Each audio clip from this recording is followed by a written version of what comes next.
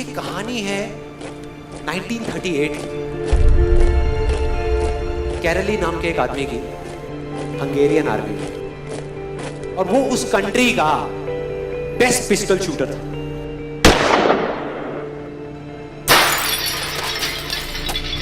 जितनी भी national championships हुई थी उस कंट्री में, उसको वो जीत चुका था। और सबको ऑलमोस्ट कंफर्म था कि 1940s में जो ओलंपिक्स होने वाले हैं उसमें गोल्ड मेडल केरली को ही मिलेगा। और उसने सालों से ट्रेनिंग करी थी। उसका एक ही सपना था, एक ही फोकस था कि मुझे अपने इस हाथ को दुनिया का बेस्ट शूटिंग हैंड बनाना है, बेस्ट बनाना है, बेस्ट बनाना है। और वो कामयाब हो गया, उसने बना लिया बेस्ट शूटिंग हैंड। सिर्फ 2 साल का फर्क था। 1938 में एक आर्मी का ट्रेनिंग कैंप चल रहा था। क्योंकि वो आर्मी में था तो एक एक्सीडेंट हो गया। उसके उसी हाथ में जिससे उसने गोल्ड मेडल जीतना था, उसमें एक हैंड ग्रेनेड फट गया और वो हाथ चला गया। जो उसका सपना था, जो फोकस था, सब खत्म।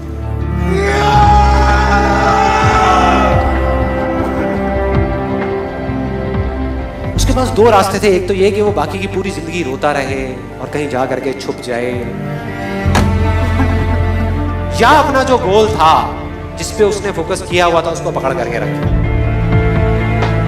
तो उसने फोकस किया उस पे नहीं जो चला गया था, जो उसके पास नहीं था। उसने फोकस किया उस पे जो उसके पास था।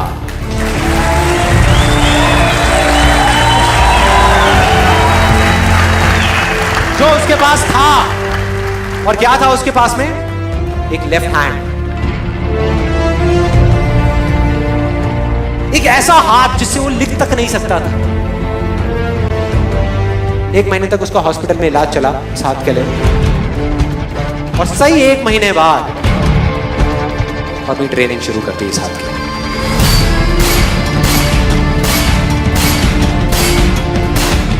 ट्रेनिंग के 1 साल बाद, मतलब कि 1939 में वो वापस आया।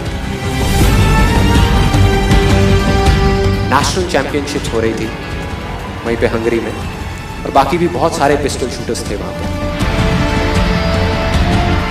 उन्होंने जा करके उसको कांग्रेचुलेट किया, कहा कि यार देखो ये होता है जज्बा, ये होती है स्पोर्ट्समैन स्पिरिट, कि इतना सब कुछ होने के बाद भी तुम यहां पर आए हो हमको देखने के लिए और हमारा हौसला बढ़ाने के लिए।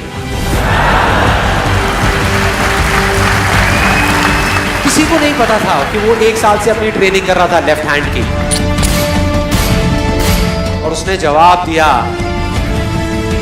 मैं यहां पर तुम्हारा हौसला बढ़ाने नहीं आया, तुम्हारे साथ कॉम्पीट करने आया हूं, तुमसे लड़ने आया हूं, तैयार हो जाओ। और कंपटीशन हुआ। बाकी सब वहां पर जितने भी लोग थे वो कॉम्पीट कर रहे थे अपने बेस्ट हैंड से। ये कॉम्पीट कर रहा था अपने ओनली हैंड से, ओनली हैंड से। कौन जीता? The man with the only hand, केरली जीत गया। लेकिन वो यहां नहीं रुका। उसका गोल क्लियर था कि मुझे इस हाथ को इस कंट्री का नहीं, इस पूरी दुनिया का बेस्ट शूटिंग हैंड बनाना है। उसने अपना सारा फोकस उठा करके डाला 1940 पे, जब ओलंपिक्स होने वाले थे। लेकिन 1940s के ओलंपिक्स कैंसिल हो गए वर्ल्ड वॉर की वजह से।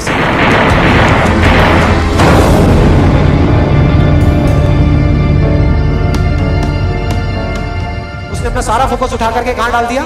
1944 में जो ओलंपिक्स होने वाले थे उसके ऊपर। 1944 में जो ओलंपिक्स होने वाले थे वो भी कैंसिल हो गए वर्ल्ड वॉर की वजह से। फिर से कैंसिल।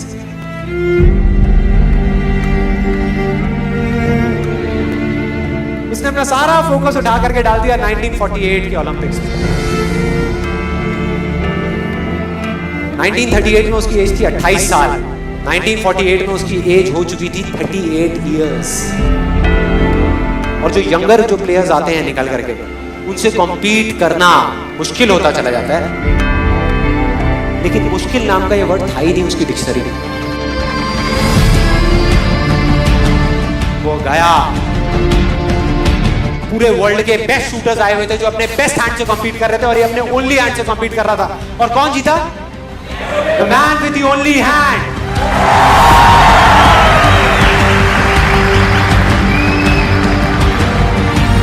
लेकिन वो तब भी नहीं रुका। 1952 ओलंपिक्स, दोबारा कॉम्पीट किया उसने, और इस बार गोल्ड मेडल कौन जीता? गैरल ली। 4 साल बाद दोबारा से, और पूरी की पूरी हिस्ट्री को बदल करके रख दिया ओलंपिक्स। इस पर्टिकुलर कंपटीशन में उससे पहले किसी भी एथलीट ने लगातार 2 गोल्ड मेडल्स नहीं जीते।